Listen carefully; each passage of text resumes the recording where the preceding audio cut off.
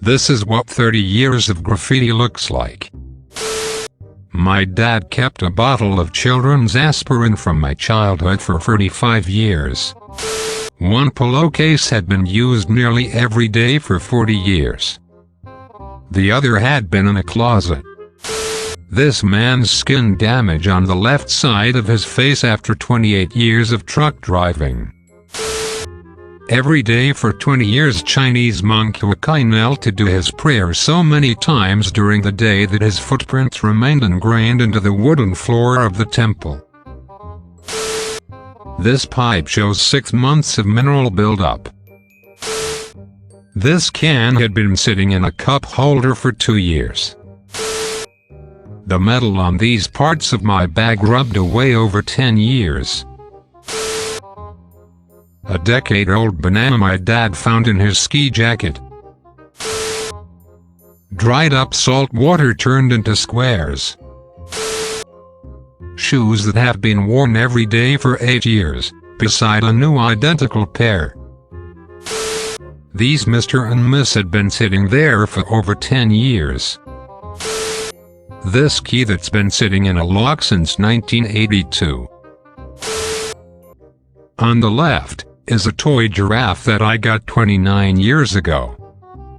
On the right is the identical giraffe that my son has. Markings from people's heads on the wall of a lecture hall. These jeans remember 2 phones of mine. The gate in its path in the brick. This deodorant was open 3 years after it was purchased. We still have this small pumpkin my wife carved 3 years ago. The floor has worn out where people have been standing in this shop.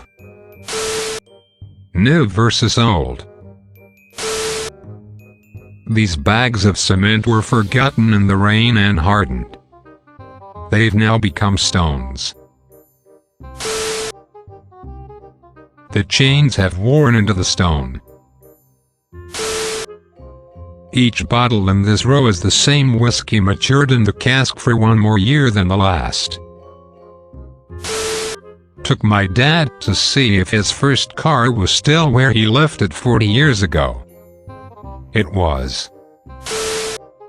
This key that I've worn as a necklace almost every day over the past 7 years finally wore through today.